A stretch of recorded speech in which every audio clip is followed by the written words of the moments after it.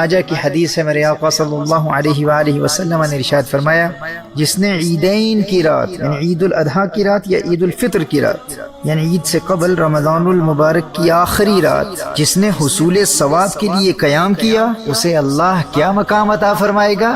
اس دن اس کا دل مرے گا نہیں جس دن لوگوں کے دل مر جائیں گے۔ محترم احبہ، اگر آخرت میں قلب میت نہیں، مرا ہوا دل نہیں، زندہ دل لے کر اللہ کی بارگاہ میں حاضر ہونا چاہتے ہو تو چاند رات کی قدر کرو۔ جو اللہ کی عبادت اور یاد الہی کے ذریعے اس چاند رات کی قدر کرتا ہے تو پھر یہ چاند رات اس کے دونوں جہانوں کو چار چاند لگا دیتی ہے۔ لوگوں نے اس مبارک رات کی اہمیت کو سمجھا ہی نہیں ہے۔ کس قدر محرومی ہے ان نادانوں کے لیے جو دونوں جہانوں میں دلوں کو حقیقی زندگی دینے والی اس مبارک رات، اس چاند رات کو شاپنگ مالز اور مارکیٹ پلیسز میں اور بازاروں کے غیر شرعی اور مخلوط ہجوم اور مجالس میں ضائع کر دیتے ہیں۔ انہیں اپنی محرومی کا اندازہ ہی نہیں ہے۔ حضرت عبداللہ ابن عباس رضی اللہ تعالیٰ عنہما سے مروی ہے کہ جب عید الفطر کی مبارک رات آتی ہے تو اسے لیلۃ الجائزہ یعنی انعام کی رات کہا جاتا ہے۔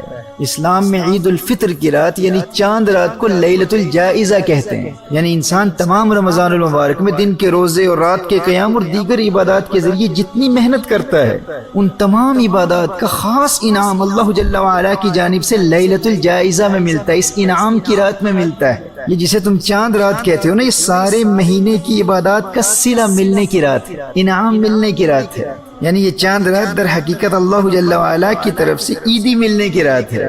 اس رات براہ راست اللہ کی بارگاہ سے عیدی ملتی ہے۔ اور عیدی کی ایک صورت یہ بھی ہے کہ اللہ جل وعلا اپنی معرفت کے طلبگاروں کے قلوب کو ایسا منور کر دیتا ہے کہ ان دلوں کی پھر کبھی موت واقع نہیں ہوتی، وہ اس دنیا میں بھی زندہ رہتے ہیں اور آخرت میں بھی زندہ رہتے ہیں۔ دیکھیے، جب عید آتی ہے نا تو لوگ اپنی اپنی حیثیت کے مطابق عیدی دیتے ہیں۔ کوئی خاندان کا بڑا شخص ہو، کوئی معروف شخص ہو، کوئی امیر یا کوئی سخی انسان ہو تو وہ اپنے مقام و مرتبے کے مطابق عام لوگوں کی بنسبت زیادہ عیدی دیتا ہے۔ تو بھائی اس کا کیا مقام ہوگا جسے اللہ کی بارگاہ سے عیدی ملتی ہو، جسے اللہ خود عیدی دیتا ہو۔ اب چھوٹے بچوں کو شوق ہوتا ہے نا کہ فلاں انکل گھر آئیں گے تو ہمارا اس وقت گھر میں موجود ہونا ضروری ہے کیونکہ ان سے بہت عیدی ملے گی۔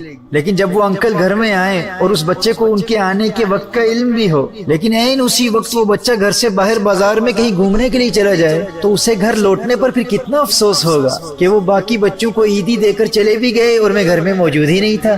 تو میرے دوستو، پھر اس سے بڑھ کر محروم کون ہے جو یہ جانتا ہے کہ اگر چاند رات اللہ کی عبادت میں گزار دی تو چاند رات اللہ کی رحمتیں اس کی عبادت گاہ میں اسے عیدی دینے کے لیے آئیں گی، لیکن یہ نادان انسان اسی چاند رات کو شاپنگ مالز میں، دوستوں یاروں کی فضول صحبتوں میں، بلکہ حرام کاموں میں برباد کر کے اللہ کی عیدی سے محروم رہ جاتا ہے۔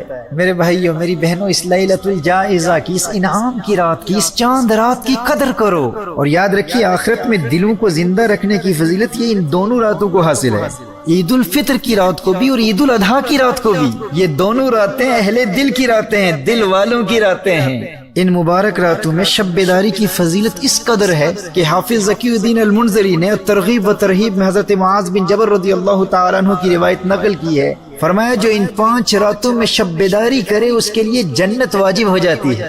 ذی الحجہ کی 8ویں، 9ویں اور 10ویں راتیں، یہ 3، اور چوتھی عید الفطر کی رات، 5ویں شعبان المعظم کی رات جسے ہم لیلۃ البراء یا شب برات کہتے ہیں۔ اس روایت سے یہ بات روز روشن کی طرح واضح ہو جاتی ہے کہ جو چاند رات شاپنگ سینٹرز کی بجائے عبادت میں گزارتا ہے اسے پھر اللہ کی بارگاہ سے عیدی ملتی ہے۔ اور وہ عیدی کیا ہے؟ اللہ دلوں کو دائمی زندگی بھی دیتا ہے اور عیدی میں جنت بھی عطا کر دیتا ہے۔